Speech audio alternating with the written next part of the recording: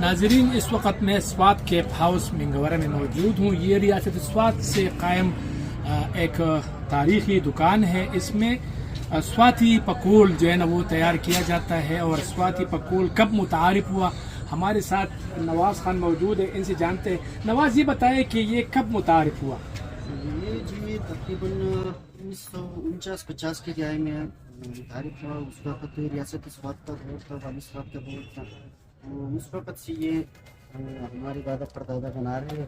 یہ سلسلہ آج تک چل رہا ہے, ہم بھی بنا رہے ہیں. ابھی یہ والی سوات کا جو تیار کردہ ایک آئیڈیا تھا اس کا, تو ہمارے دادا پردادا نے اس کو عملی شکل دے دیا, اور یہ سواتی پکول اس وقت کے لیے بنایا گیا. اس وقت سے ہم بنا رہے ہیں, ابھی تک بن رہا ہے. ٹھیک ہے ناظرین, اس کو سواتی پکول بھی کہتے ہیں. اور جس طرح والی سوات نے اس وقت ایک تقاضا کیا ان کے پردادا سے کہ در کا ایک ٹوپی ہے, چترال کا پکول ہے, گلگت بلتستان کا ہے, تو ہمارا بھی ایک پہچان ہونی چاہیے.